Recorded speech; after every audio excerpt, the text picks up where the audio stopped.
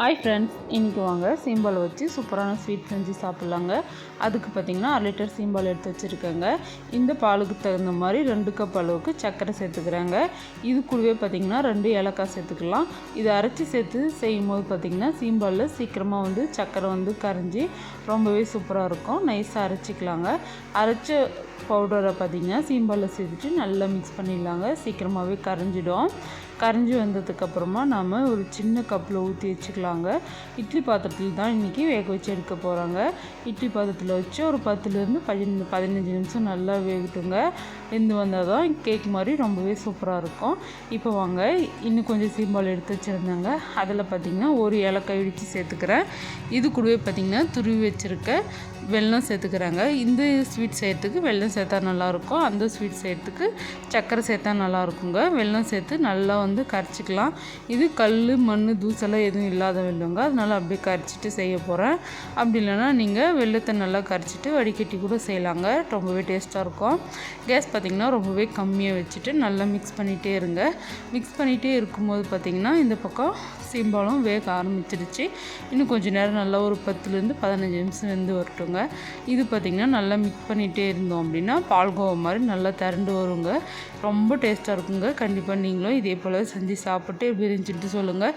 இது பார்த்திங்கன்னா ஒரு 7லேருந்து 8 நிமிஷத்தில் சூப்பராக குக் ஆகிடுங்க. நல்லா மிக்ஸ் பண்ணிகிட்டே இருங்க. மிக்ஸ் பண்ணிகிட்டே இருக்கும்போது பார்த்திங்கன்னா இந்த மாதிரி நல்லா திக்காகி வருங்க.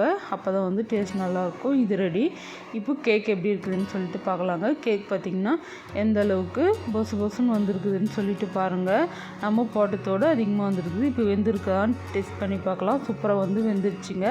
இப்போ பார்த்திங்கன்னா இது தண்ணியில் வச்சு நல்லா ஆற வச்சிடுறாங்க. ஏன்னா டைம் இல்லை. குட்டீஸ் பார்த்திங்கன்னா ஸ்கூல் போகிறதுனால நம்ம காலையிலே செஞ்சு கொடுத்தோம் அப்படின்னா ஸ்கூலுக்கு எடுத்துகிட்டு போயிடுவாங்க. அதனால நல்லா தண்ணியில் வச்சு ஆற வச்சதுக்கப்புறமா இது போல் கத்தி வச்சு ஓரங்களெல்லாம் எடுத்துகிட்டு பிளேட்டில் நல்லா கவுத்து எடுத்தோம் அப்படின்னா சூப்பராக சீம்பால் கேக் ரெடி ஆகிடுங்க. ரொம்ப டேஸ்ட்டாக இருந்துச்சு. குட்டீஸ் சாப்பிட்டு ஸ்கூலுக்கு ஸ்நாக்ஸாகவும் எடுத்துகிட்டு போனாங்க. இப்போ திருப்பி வச்சு இப்போ கேக் வெட்டுற மாதிரி வெட்டி எடுத்து ஆளுக்கு ஒரு பீஸ் எடுத்து சாப்பிட வேண்டியது தான். குட்டீஸ்க்கு ரொம்பவே பிடிச்சிருந்துச்சிங்க. எனக்கு பார்த்திங்கன்னா சீம்பால்னால் ரொம்ப பிடிக்கும். யாருக்கெல்லாம் இது போல் சீம்பால் பிடிக்கும் அப்படின்றத மறக்காமல் கமெண்ட் பண்ணுங்கள் ஃப்ரெண்ட்ஸ். அவ்வளோதான். கேக் மாதிரி எவ்வளோ அழகாக பீஸ் இருக்குதுன்னு சொல்லிட்டு பாருங்கங்க. கண்டிப்பாக உங்கள் ஊரில் இது போல் சீம்பால் கிடைச்சா கண்டிப்பாக நீங்களும் மிஸ் பண்ணாமல் ட்ரை பண்ணி சாப்பிடுங்க.